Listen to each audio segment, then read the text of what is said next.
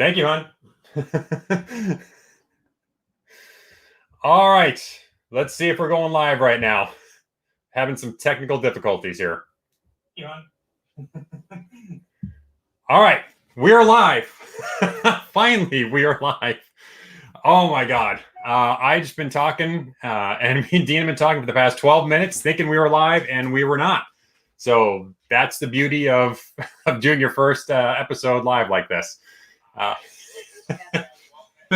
Okay, we got confirmation we are live right now.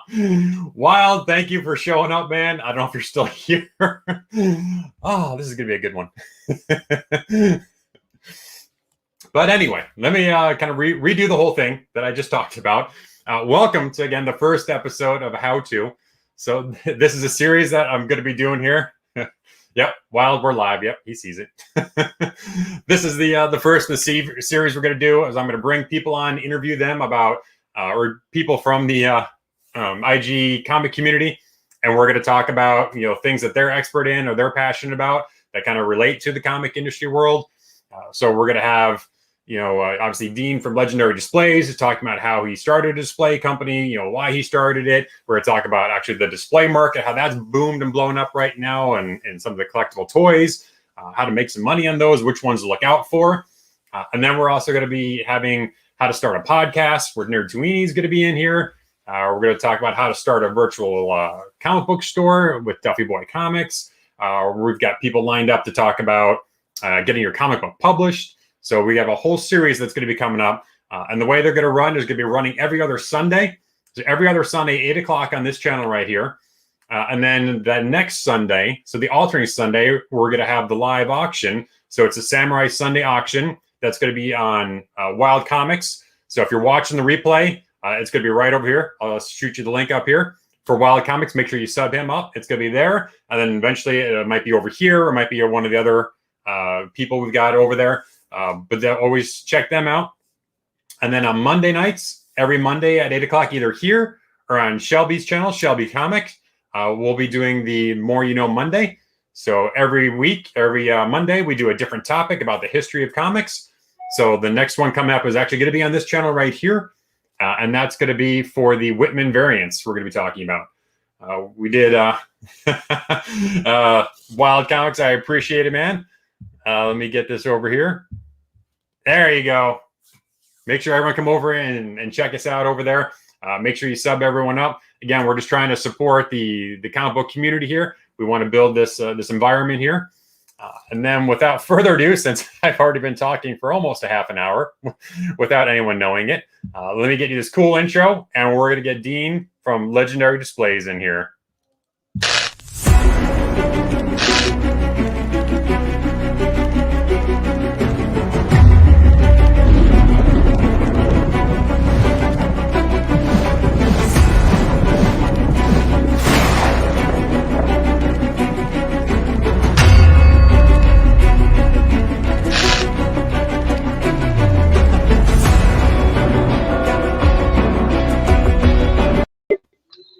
Dean, long time no talk, man.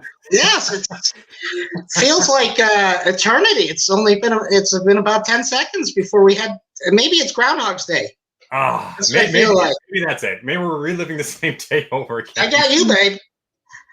I thought the first time around was pretty good, so maybe we can get even better this time around. Let's hope. All right. Again, I appreciate you showing up to the first episode that I got on the How To Sundays. We've known each other for a long time right now. And the first question that I'm going to ask you, of course, is what was the first comic that you bought? I already know it now, but what is the first comic you bought, and how did you get into comics? It was the Mighty Thor 225, I think, which was the first appearance of Firelord. And I was hooked right after that. I started collecting Thor. I started when I started back up collecting. I'd stopped for a while. That's what I collected again, and before I got into X-Men or anything else. But I'm definitely a Thor person. Yeah, no, it's like I said, we've known each other for a while. We've kind of had the same story. We were both collected for like 30 years. We collected, then we got out of it, and we got back in it again. And then you kind of took that different approach a few years ago when you went towards that high end action figure collectible and statue market there. Everyone's looking at the displays right behind you, so we'll jump into those really quick right now. Okay. So getting right into it. So again, I know we've been talking for a little while here. Tell me how you decided to do and why you decided to start Legendary Displays. Well, the idea came because I started collecting and very quickly learned that there's nothing out there for collectibles like this. I think IKEA had a small, inexpensive case, but when people are spending, $300 all the way up to several $1,000s on these statues or figures, and they're putting them in cheap cases because there's nothing else available. And as a collector, as you know, with comics or whatever it is, collectors never stop collecting. So you go and you'd search through eBay and Craigslist and whatever to find this display case. Then it's full. And then that new figure that you just wanted that came in, okay, I've got nowhere to put it, so I got to go find it. Now I've got a garage full of old cases, and I was like, there's got to be a better way. And so my idea was to make something modular, and so that it was uniform, and no matter when you went to buy it, it was the same. You could connect them together, and they could be all different sizes, but they had to be bigger to handle big statues and things like that, and be able to handle a ton of weight. And the other thing I noticed was all these cases that people are doing, and they get so creative with. You can get creative with really little, but the lighting was this. They were using LED ropes and other things, and you really couldn't see. You couldn't see that detail, and that's what you paid for. And then the last thing I said was, I just got my first statue several years ago. It was a Hulk versus Wolverine, and this thing is amazingly detailed all the way around. So the problem is, when you set it down on your cabinet, you go, oh, wait a second, I can't see the Hulk's face, so I got to turn it this way. Or I'm going to see Wolverine's face, so I got to turn it this way. Right. And then you don't see all the detail in the back. So I was like, these things are still, let's put them on a turntable so you can see everything. And then so that we could get lighting down, we designed bases that had LED lights and the panels. And then they're designed so when you stack them on top of each other, the LED light box has light on the bottom of it and the top. So it shines up and down. So it lights the whole case up. As you can see, you get a ton of light.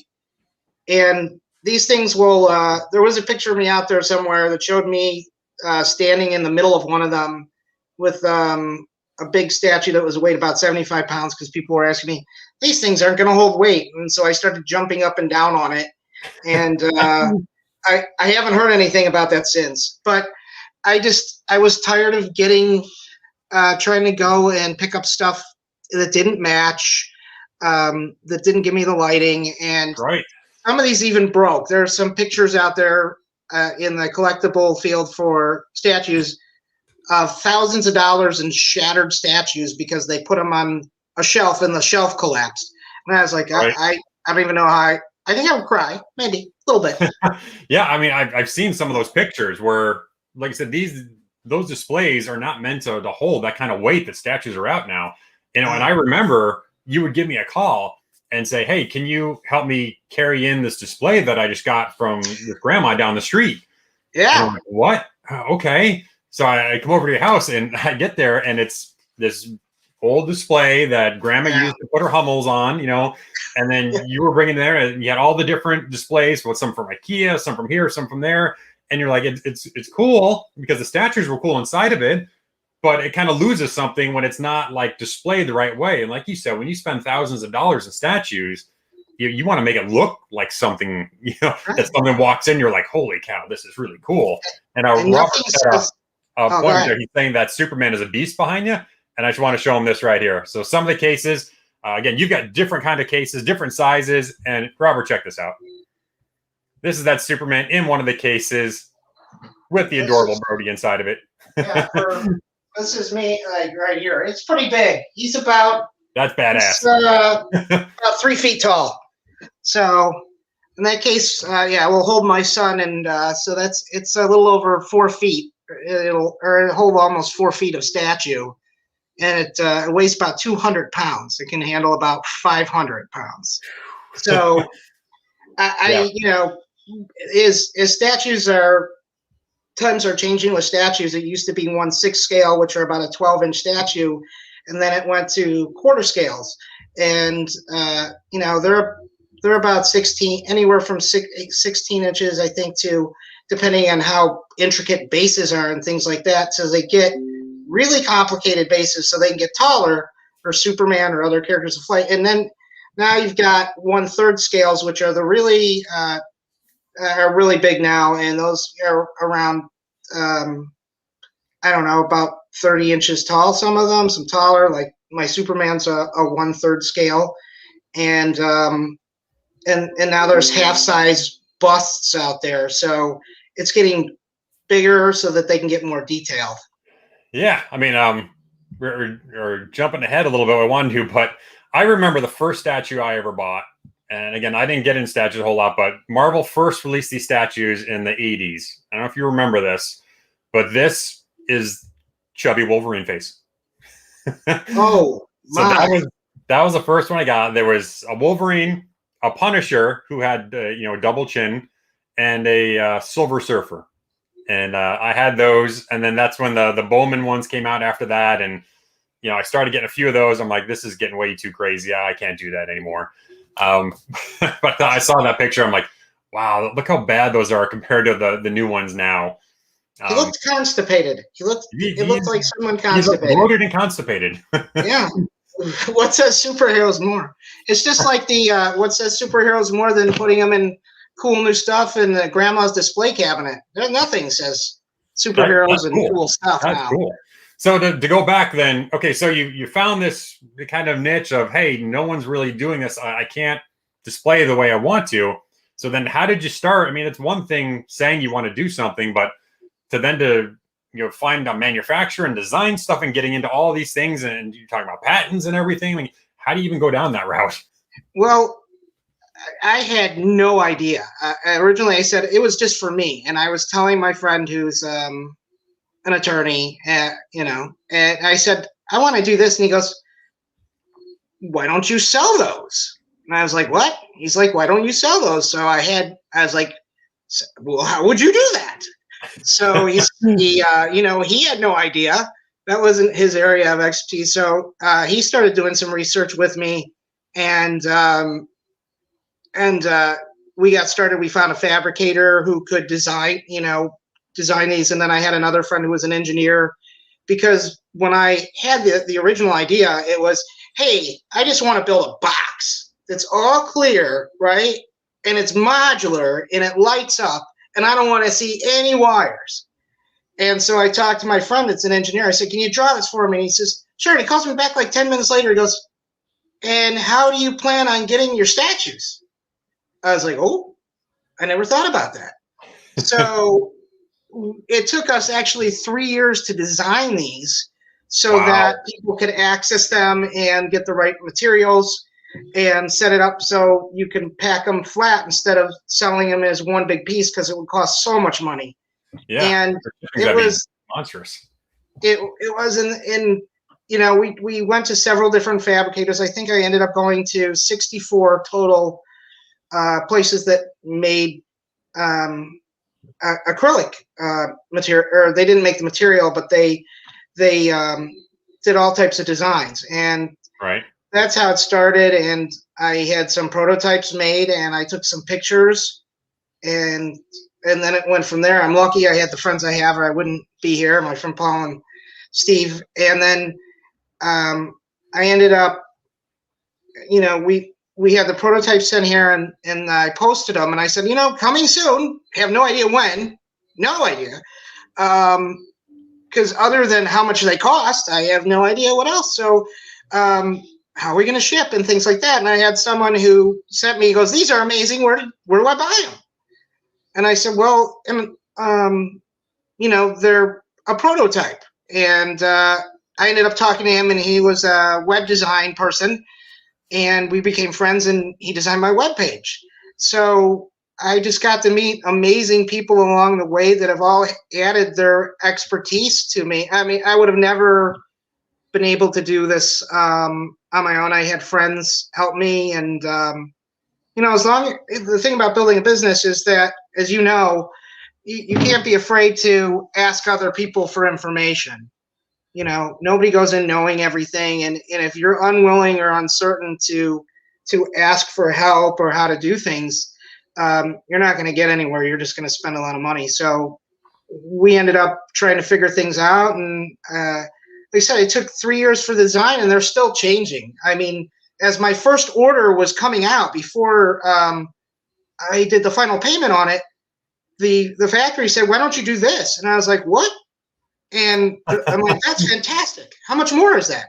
"Well, it's nothing." "Okay, all right." So they changed it right away, and we sent it out, and people didn't even know it was going to have those things. And then they work on designs for, now we have dimmable.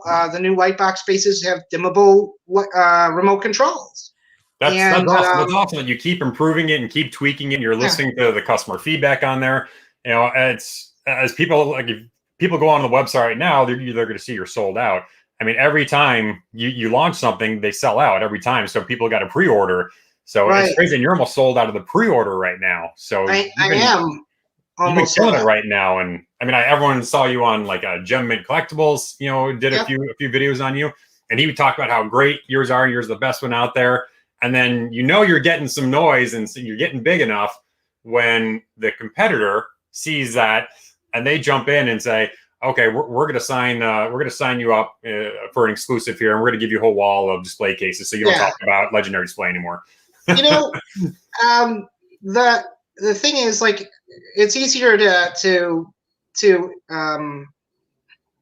imitate than it is to innovate. So, I mean, a lot of these things I start seeing under my competitor doing, and you know what? It's okay. There's room for everybody in this. There's room for people who buy, inexpensive comics, and that's just, they want new or older comics, just like that. And it's just a different look for me. If I'm going to spend $1,000 or $2,000 on a statue, or I have 10 Hot Toys figures that are $300 a piece, I want them in something that looks like a high-end case, as opposed to something that looks like,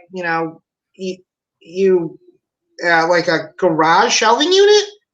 Right? Yeah, I mean, check this out. Here's one of the displays that someone has in their house. Look at that. That is just badass right there.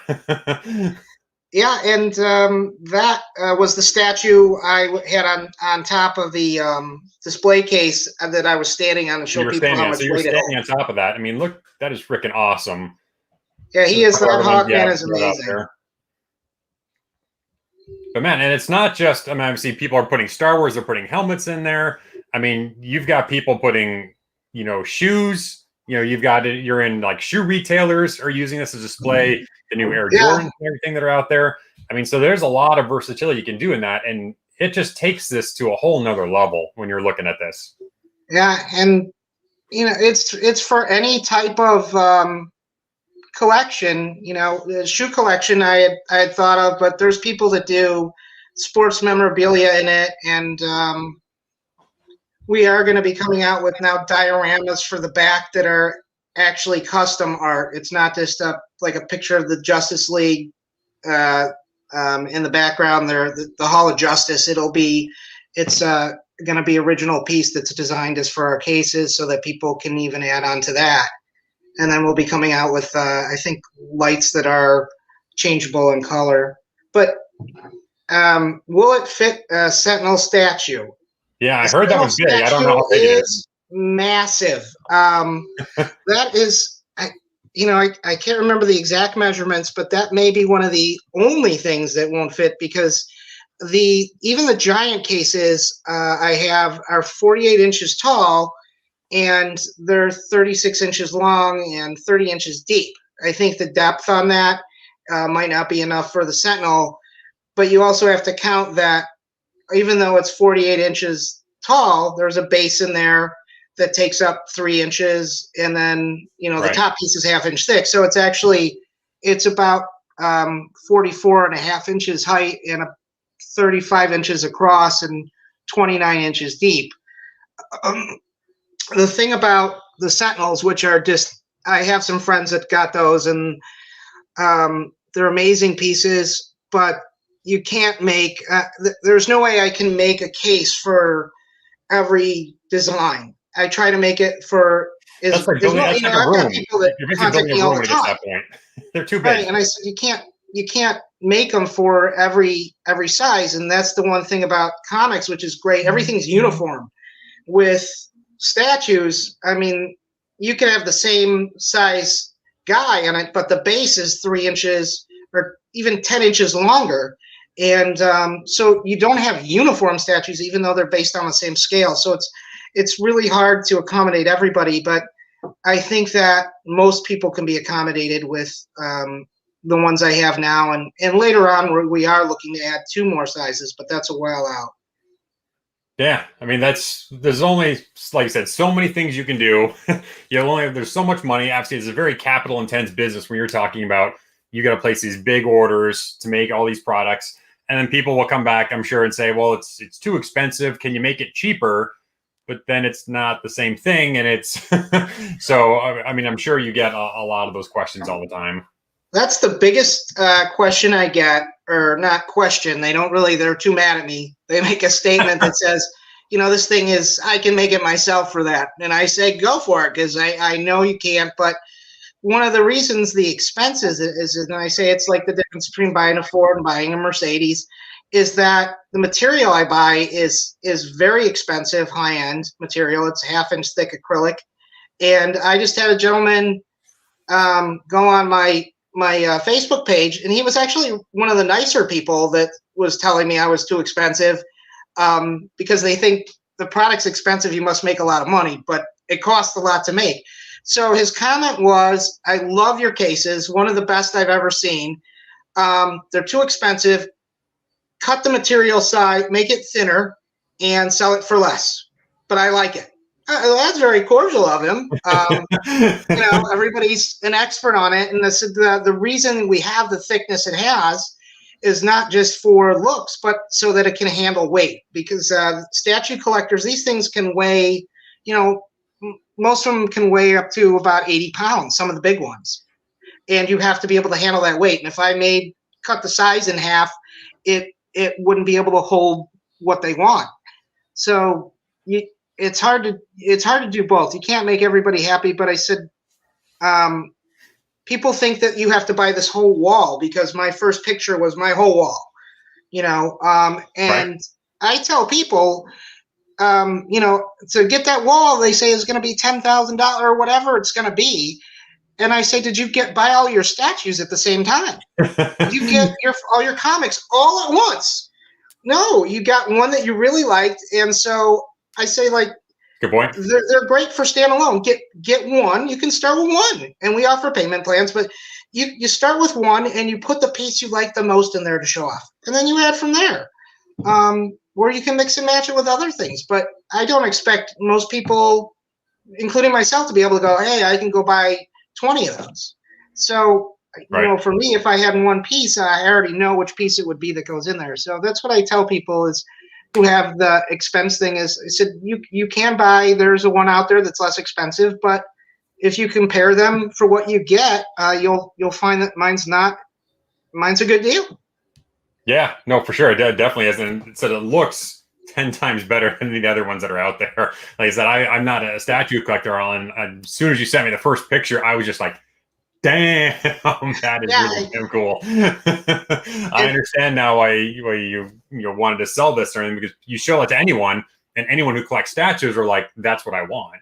And I didn't know this. There's a whole subculture, if you want to call it, a niche that is all about the high-end collecting. And you're really big on Facebook, and the link for his Facebook is down there. And I think you've got a Facebook group and everything as well. Yeah. But there's a lot of these statue groups out there, like the XM ones and the sideshows, but there's the custom ones. So we'll kind of talk about that a little bit, because we were talking a little bit off screen. Well, we thought we were on screen, but anyway, that if you want to try and make some money, or you want something really rare, really cool, while the sideshows and XMs and everything are cool, they have to go through a lot more things, and they can only release so many at a time. But then you've got these smaller people who are they're only making 50, 100, 200 at a time. those are the ones that you would recommend maybe to people who are looking for something a little bit more collectible. Maybe they want to sell it for a little bit more. I mean, talk about that side of the world, because I know nothing about it. The first thing is that Sideshow is an awesome company, and they're kind of like they're kind of like the gatekeeper for it. They have everything that they get is 100% licensed, and they have some great stuff. And the one thing though that they have to do, as any company does, is you have to cater to what's most popular, right? So you're going to get, I can't even tell you how many Wolverines or Spider-Mans or Hulks come out every year on the bigger companies. Yeah, but like if you want a character that is someone you really liked and he's not as popular, you're not going to get that in Sideshow or something else. You go to the collectors, and the detail in these things is amazing. Like I have in the back there, most of my stuff is from Sideshow, but I do have in the back there one of my favorite characters is Dr. Fate, and nobody makes anything with him. Right. Hopefully you'll see him in some movies are coming out, but I don't know. But no one makes anything with him. So you find somebody that's had that's actually been out several years, and I was lucky enough the person had two of them, and was up because there's only I think 75 made, and they're so detailed. And I don't know if I can turn it for that Hulk right there. There you go. It's hard to. Look He at is that. the largest statue lengthwise I think I have. He's about 33 inches across here, and he is custom. The base lights up, and one of the things the custom that happens is they have these different heads that you can put on them, and they are super detailed, and that thing is incredible. So it is, you usually have to wait about a few years for some of these, and you can offer to get them painted as a kit, or excuse me, unpainted as a kit, and have somebody paint them, or you can have it come painted, which for a little bit more. I mean, like this Lou Ferrigno head, as you can see, I mean, the teeth on it are so detailed. I mean, you can see like the rot in the teeth. I don't know. I mean, in the gums, and then you go to that, and you've got like the detail that goes into these things. Wow. Is just amazing. And then I think that's the other one. That was from one of the custom ones, right? You said? What's that? That was from one of the custom ones? Yeah, this guy is amazing. Dang. He was custom. It took about 2 years for him, I think. But he's very limited, and that's probably going to go way up in value if you're looking for something to invest. The thing that people should know about these statues when you get into it that's really important is that sometimes, because shipping is so expensive nowadays, and these are heavy statues and they're big, and they need a lot of packaging, that sometimes the shipping costs almost as much as the statue itself. And so, yeah, the shipping was almost the same. And I have to tell you, it doesn't matter. It was worth it. Right, I was set up. Absolutely worth it. Yeah, and he will fit in my giant case. He does fit, and what I like about him is he's got a crazy action pose. And I'm trying to read this down and put together. Well, he's he came in one piece. He came in two pieces, and then the heads, and these are called keys at the bottom in any statue, and they just slide right in. Wow, so that all came pretty much in just two pieces. So that's why the shipping is so damn much. I mean, well, it came in. Yeah, it came in. The heads and the body. The body was taken off and put separately than the top of the body, and then the base came in by itself, I think, too. So it came in two big boxes. Yeah, it's almost like getting like a motorcycle crate just delivered to your house. It's unbelievable the size of these things, and a lot of people keep the if you're gonna do it to sell as an investment, you have to keep the original boxes, even the boxes right? Shipped in. Where do you put those giant boxes then? In your garage? There are pictures of people. Well, there are people that have storage units just for their boxes. They're empty boxes. I started cutting them up, but cutting the tape and folding them because they're so huge. And well, yeah, you have to buy a warehouse just to put your boxes in, and you find people on eBay selling boxes. Just the boxes? Just the box. Just the box. Shipper only, they call it, right? Shipper only. And so people will buy them there, and it's an amazing community. I will tell you, though, that people in this community are pretty welcoming. If you're looking for something, they'll help you find it. They don't ask for money. People are all like, I know so-and-so might have that. And some of them, because they're constantly buying for themselves or switching out, they'll reach out and say, hey, I remembered you wanted this. So it's really cool. Yeah, you gotta buy a special shed just to put empty boxes. Right. It's taken up my attic and a lot of my basement already. So I started cutting and folding them. And if you're keeping them for yourself, and you're not going to sell them, you can throw out I would recommend throwing out the shipper boxes if you're not going to. That's really just for. If you're investing, then you need to keep them because people are spending this kind of money. They want the boxing that said the number on it, even though it says it on the bottom of the statue. Right. Yeah, everyone wants everything to be original and pristine. Even though the statue is perfect, if the box is dinged up, it's like, oh, well, box is dinged up. And the best advice I ever got was statue collecting, and I try to give it to everybody, and I wish I would have got it sooner, is that they're going to break. Little pieces of them break off or whatever when you're putting stuff on. And, the first thing is like, I freak out. And you're like, I just spent, $1,000 for the statue, my Hawkman, and it was broke when I got it. It was $1,500 or something. And I found there's plenty of people that fix them. And he told me, it's like, these things break. You get them fixed. There's nothing that he can't, that someone can't fix. And you can't walk around on eggshells with them because otherwise you see they're just terrified just to put it together. So that when you're moving around, they're big and heavy, and if they break, you can get them fixed. You can go on most statue groups, and they'll have several people that they'll tell you who to send it to. Everywhere in the U.S., you can find somebody. So that's my big advice for that. And collect things I think you asked me about how to invest in this, and it's right. It is hard to tell, just like with comic books, and it's not the same for when a character comes out at the movies. That's what I was going to ask. Is there a correlation? If an MCU character comes out and we see the comic go through the roof, does the statue go through the roof? No.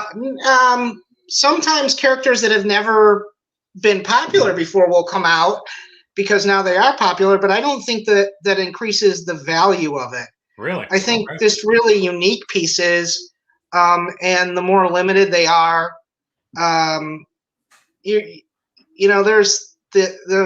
there's different sculptors that people know, and I don't know the sculptors, but there are specific sculptors that whenever they have this countdown, and whenever they're going to come out, they're gone in 10 minutes.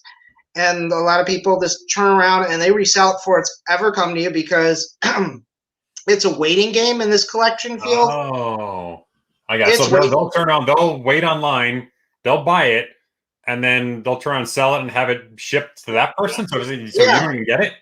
Right. Oh, man. And these things can take up to 2 to 3 years to get. So you have to be patient. Yeah. There's actually, it's people wait forever for these. Some of them come out a year later, but usually if you hear about it, it's in its prototype, and they're saying we need so many people to get it before we can even start making it. Is this through the sideshow you're talking about, or is this the customs? the smaller customs. But even Sideshow can take a year. They had a Silver Surfer statue. They said coming soon, and I think that was almost 2 years you waited before they even showed you what it was. And it's a pretty cool statue. But there's so much manufacturing and issues that go on, and when you have a lot of these pieces that Sideshow does, they have to get a lot of it. They have to get approval, so they'll make it and they'll put a picture of it out there, and then they'll go back. Marvel will say, "Wait, we don't like that." So then they have to go back and change it, and then they have to. They'll tell you that they changed it, or there's all these things that they have to work with the companies to get it to what they want. I waited a year and a half for my. Waited a year and a half for the Gambit statue. That's good. So you actually pay for it, and a year and a half later, you get it. Yeah, well, there's a hot toy out, a Captain America from Endgame, and I think not this 2 Julys ago I ordered it, and I mean, I don't know what's taken so, but I mean, they say it's going to come out in last year of November, and then November comes and it says, okay, January through March, and now March says March through June. So you wait forever, and what are you going to do, right? If you want it, you got to wait, and you just understand that that's part of the waiting game. So that's why. I have seen the Sideshow Galactus, and it's amazing. One of my favorite Sideshow pieces is actually he's out of camera range. Is it's called Thor Breaker of Brimstone, and it's Thor. But not only that, we were posting a picture of it, and I got a message, and it said, really cool case. Best I've seen, makes the statue look even better. And I said, well, thank you. I'm a big Thor fan. And he goes, I'm glad you like it so much. I'm the one who made it. So it was the sculptor of the statue. The sculptor reached out to you. Yeah. And he's like, that's amazing. It makes my statue look even better. So, once in a while you get cool stuff like that. People reach out to you, and, it makes it worth it. The crowd goes wild. Hey, what was that? Sorry, I had to throw that in there. The best thing about this, and with comic books too, and I think that's how you and I became friends, is you have things in common, and you're not afraid to talk about it. It's easier now because it's not a nerdy. It's a good thing to be a nerd now, right? Because of Marvel movies. But we're the cool ones now. Right. Yeah. You better believe it. But when we first started talking, we were talking about comics, and someone would come up to us and we're like, oh, Mm-hmm. But it's, you bond over it. And I've made so many friends. Now I have people that were customers that I talk to, and I ask them about their collection. And now I'm talking to them on the phone once a week. It has nothing to do with business. So I've made a lot of friends just because the community, just like the comic book community, is pretty close knit. And I think that's been the best part of it. I love that part. Yeah, I mean, that's definitely the most rewarding part. And that's why, as you know, I hate being on camera. But it's been so much fun, just being involved with the community and just helping grow it and helping support everyone. It's just been a lot of fun. I want to try and do something to kind of promote people and just to give back a little bit.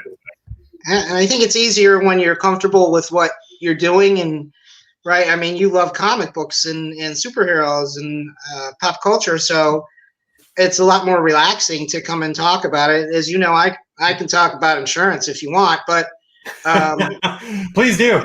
Oh yeah, let me tell you. But no, but it just gives you an opportunity to meet people, and that's why talk about issues. I was actually in a waiting room at a doctor's office, and someone was talking to their other half about one of the recent Thor storylines, and they saw me listening or looking over, and so they said, yeah, "What do you know what I'm talking about?" And I started talking to these people in the doctors in the waiting room, and I got their name and number, and they're like, "Oh, well, do you collect Thor?" And yeah, so it's funny how easy it is to become friends with Sure. people when they have all these commonalities.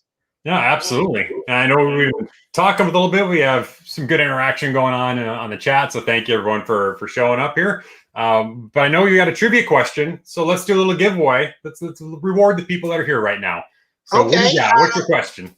My question, which I hope is easy, although if you've been paying attention the last few weeks, what is the most anyone's ever paid for a comic book? And what is that comic book? So you want to know the cost and the actual comic? You know what? I will go with this. The cost, because it's so I Outrageous? can't even comprehend that cost. I love comics, but I can't comprehend that. So Yeah, well, like we were talking about earlier, I mean, there are comics that are so hot right now that we were passing in the 25-cent bin left and right for the past 20 years. oh, And all of a sudden you look at it and go, it's worth $200 right now. It was worth nothing, a few months ago. you couldn't give me a copy of the Eternals first issue or Nova's first issue, even though I like the character. And I can tell you, I've seen the Nova issue in more grab bags and more dollar bins, and you never bought it. And now you go, oh, okay, maybe I should. And he hasn't even been a character. So, yeah, that is correct. And Robert, do you know which comic it is? I'm assuming you do, since if you know the price, I'm sure you know the comic. Not too many comics can command that. Yeah, I wonder what the maybe next it's Nova number one. I don't know. Yeah, and it was only a 5.5 rating. So I'm waiting for Robert to respond. I think he's gonna respond. He says Superman. All right, we'll accept. Yes, I know you have something to give out, but these are the first hats I had. I will be sending you one. I think Jeff's gonna be able to get your info. You could let him know whether you want it in red or white or tan. Robert, the easiest thing to do is just go over to Legendary Display's Instagram and just shoot him a DM. The link is down below. So just go to Instagram, shoot him a DM, and send him your address, and he'll get that out to you. So awesome job on that. I'll do another easy one. So I'll do a little comic giveaway right now. So we got Comic Fest free comic Halloween edition, Walter Simonson goodness. So this is a reprint of 345 or something like that, and A Journey into Mystery. So there's 2 comics reprinted in here. But again, it's just a cool Simonson cover right there. Simonson and Thor go hand in hand. So again, another easy one. What is the first appearance of Beta Ray Bill? So I need the issue and the number. So let's see who gets that out. CGC sent an email about, okay. Gotcha. Yeah, the lag is definitely real. Lag's always going to be about 20 to 30 seconds. So we definitely will we'll have to wait for a little bit. So what is Beta Ray Bill's first appearance? So let's see if anyone else gets that. Is he ever going to be in the movie? He is going to be in Thor Love and Thunder. So the rumor, obviously everything take with a grain of salt, because unless it comes from Marvel, it's, right. But the heavy rumor is, and the leaks that they're getting right now is, not only are you going to get Beta Ray Bill, but you're going to see the whole Thor corpse is supposed to appear in here. Wow. I don't know for how long, but that's also going to include a Storm, supposedly. So Storm is with her Stormcaster. Is that her hammer? She's supposed to make the appearance there, which kind of makes some sense. Another way to introduce some mutants into there in some way, form. But yeah, Eric Masterson. There's two other Thors. The original Thor, and who's the other Thor I'm missing right now? The original Thor. The guy with the red beard, Eric something. That was the Blood Thor or War Thor. That was Volstage became the War Thor recently. No, this is like Thor, like 284 or something like that. I'm just trying to think of who else. There's been a few people that have been him, because there was a guy who was a paramedic. Yeah, I saw Beta Ray Bill in the sculpt at top along with Ares. So they definitely been teasing him. Yeah, Volstagg is who you were thinking about, but there's someone else that's, I want to say it's just called Eric the Red. I'm pretty sure it's Eric the Red. But if you look at that, it's in the 200s that he appears, and he's Thor for a short time. He always claimed he was the original Thor, and of course Thor whoops his butt the second issue. But yeah, there was the Thunderstrike Thor, and there was the one other guy from the future, like Tor or something like that. Yeah, Future Thor. So they're all supposed to appear, and there's actually that limited series, the Thor Wars. I think it's like a 4 or 5 issue limited series that came out a few years ago. So that's supposed to have pretty much all the characters and everything you're supposed to find in there. And then also there's the Thor Wars. I got it somewhere back here, but that's the one with the Beta Ray Bills in that one as well. Is that a popular Thor corpse? No, not at all. You can buy them in the dollar bins. They're not popular. You can pick them up now, and I would pick them up. I'd recommend picking those up right now. Oh, sorry, Robert. I forgot you got that. You did get it. Thor 337. Awesome job. So then hit me up. Hard to come by. Information's down below as well. Shoot me a DM. I'll send that out to you. So again, I appreciate you hanging out here and getting all these questions right. It took multiple Thors to take down Gore in the comics. Yeah. Yep, absolutely. And Gore, we know, is coming as well. And Gore, then they just had a picture. What's that? They just had a picture of him on the set, Christian Bale. Yeah, the shaved head and everything, right? Yeah. Yep. So that's definitely cool that we know for sure we're getting him. And then the fun rumor is, I don't know if it's going to be true or not. Again, another fun rumor. If you looked at Hela's sword, in the Thor Ragnarok, it looks very similar to the Black Sword. So that's they're saying is because she carried the hammer originally in that mural on the wall on the ceiling. Yeah, she had the hammer, and she then all of a sudden she didn't, but she has all these swords now. So the rumor is that is actually the dark sword or black sword, whatever it's called. That she had that. That's what gave her the powers. And after the whole Searcher thing collapsed and everything, the sword's going to end up on Gore's world, and that's how he's going to get it. And that's actually supposed to lead into eventually Null is the next big bad guy years down the road, which would be awesome. I don't think it's true, but that'd be really cool. I think that they've done a great job with Thor. I always joke with people who say that, oh, we've seen the movies, yeah. And I say, well, who's your favorite character? And I said, by the way, there is a correct answer and an incorrect answer. And they go, they'll think about it. And your correct answer is Thor. All right, that's it. So yeah, I can't wait for where he's going. Yeah, I mean, when Waika Waititi, or I forgot how to pronounce his name, when he took over, that's what really made Thor kind of fun. Thor. The first couple, okay, it's all right. But then Thor Ragnarok blew it out of the water. And that's what made Thor like everyone's favorite. Yeah, it was amazing. I liked all the humor in it. And because he's so powerful, if you don't have that humor, I think it's just it's not as much fun. The guy, can poke jokes at himself, and it makes it easier. When you play it too straight, it's harder to like a character.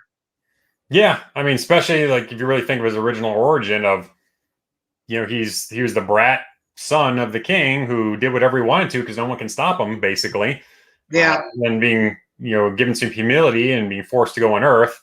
So that all kind of makes a lot of sense. He could have been like the bad guy really for the most part, when you really think about it. So yeah, it's been cool. Loki's been great. The Loki show's coming up, which is going to be awesome. I am excited. On Winter Shoulder has been awesome. Did you go crazy at the end of the last episode? Not the last one before. Yes, Okay. I don't want to spoil it. I know it's been a couple weeks, but when he took the shield to the guy, that was awesome. Yeah, so that's not going to end well.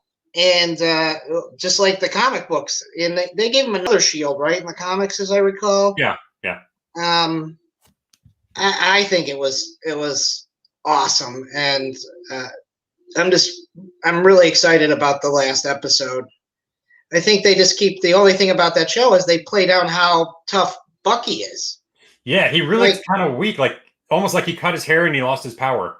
Yeah, it's like Samson, and because he was pretty good at fighting with the real Captain America, and now these people that aren't trained nowhere near the fighting training, and he gets tossed around by everybody. He's had way more training than the current Captain America. He should have been able to whoop up on him. Yeah, and I don't know. I'll give him some credit from trying to hold back a little bit, because going to that therapist saying you can't cause any harm anymore, you can't hurt anyone. So I think maybe he's trying to hold back. That's my only thing I can possibly think of why he's getting his butt whooped on a regular basis right now. Yeah, he's disappointing me. He needs to work on that. Yeah. And I love Zemo. Zemo's actually, I think, he's really good. The best part of the show. I didn't think I was going to like Zemo, but he is really good. And I like what they're doing with all these villains, because what makes a really good villain is, from their point of view, they're not bad. They're doing kind of the thing they feel is the right thing to do.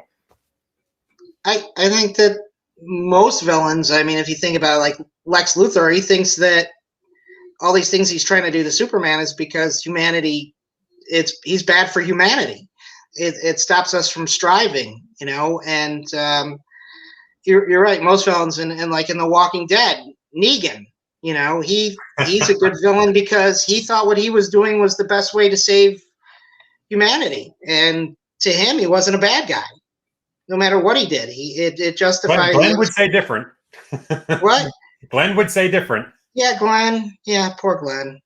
Poor Glenn. But he's learned from his mistakes. He's a kinder Negan now, I think.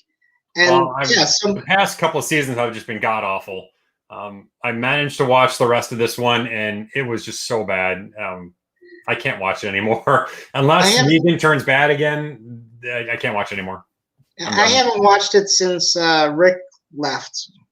Yeah, that was the last good one. The rest, and even then, it was starting to slow down. But yeah, this whole thing's just been horrible. And there's been so many other. That's the thing nowadays. There's so many other shows out there now that are just popping up that are in the superhero genre, or and then that new. Invincible yet? What? You seen Invincible? I have not, because I have to wait for my family to go to sleep for me to watch that. Yep. And I keep saying I'm still young and can stay up all night, but it's kind of at 11 o'clock. I feel like I need to take my dentures out and use my walker and go to bed. It's getting up in the morning is not fun. Yeah, the last show I watched, I liked the Umbrella Academy. And I was late to the party on that one.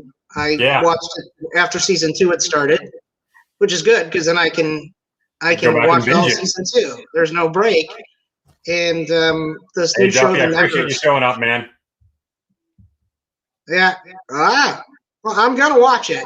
I think actually Friday is my day to watch it. Yeah, Invincible's been absolutely great. Umbrella Academy we really enjoyed. Have you seen Lock and Key yet? I have seen some of it. I watched the first few episodes. No, see, I liked it. Yeah, I liked that a lot. It was almost like a Harry Potter kind of feel, and the comic book is really cool too. I know the comic book's really good. Yeah. And now, like I said, there's a new show out called The Nevers on HBO, and that's kind of basically at Gothic times. It's the X-Men, basically. It's more women than men that started up, but there's a place for a safe haven for people with powers, and everybody's out to get them and lynch them and take advantage of those, the people that don't have them, and they're all afraid, of course. And so it's a really good show.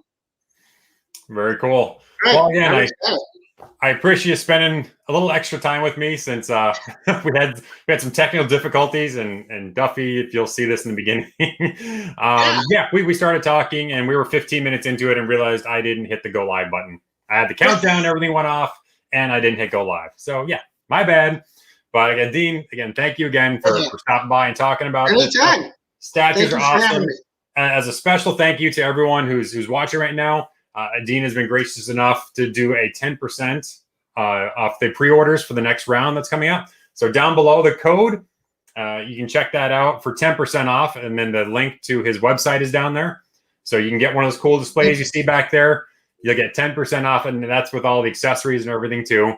And then make sure you sub him up, over on YouTube and especially Facebook. He's really big on Facebook. He's got Facebook groups over there. Sign up to his email list so you know when things are starting to come out there. And again, on Sunday nights, we'll be here. And then Mondays, we'll be between Shelby Comics and this one as well. So make sure you sub all those up. And is it filled? What's filled? I don't know what's filled. It's not filled with statues, if that's what you're saying. The case is not filled with statues. You get to fill it yourself. Yeah. You've got some really cool CGC comics you can put in there because I know you got at least one good one. Yeah, I've actually followed your advice and found some pretty cool ones. And we're going to be setting up, it's going to be coming out in about 6 months, a sheet that you can put in the back of it that fits CGC comics. So you can put them in there on display. Back there while the statues are front? Yep. Mm-hmm. Oh, that's awesome. Southern Comic Geek, how's it going, buddy? Glad you're able to make it in right when we're wrapping up. But again, I appreciate you stopping by. Again, if you go back and watch this, there's a 10% discount for anyone that wants to get on the pre-orders for the next round. He sells out every single time, so make sure you get in on that. And again, thank you so much, everyone, for showing up. Dean, thank you again for showing up here Thanks for having me. talk about this. And then I'll see you guys in 2 weeks for this one. Next week, we have the auction going on. So thank you again. I appreciate everyone. Long and prosper.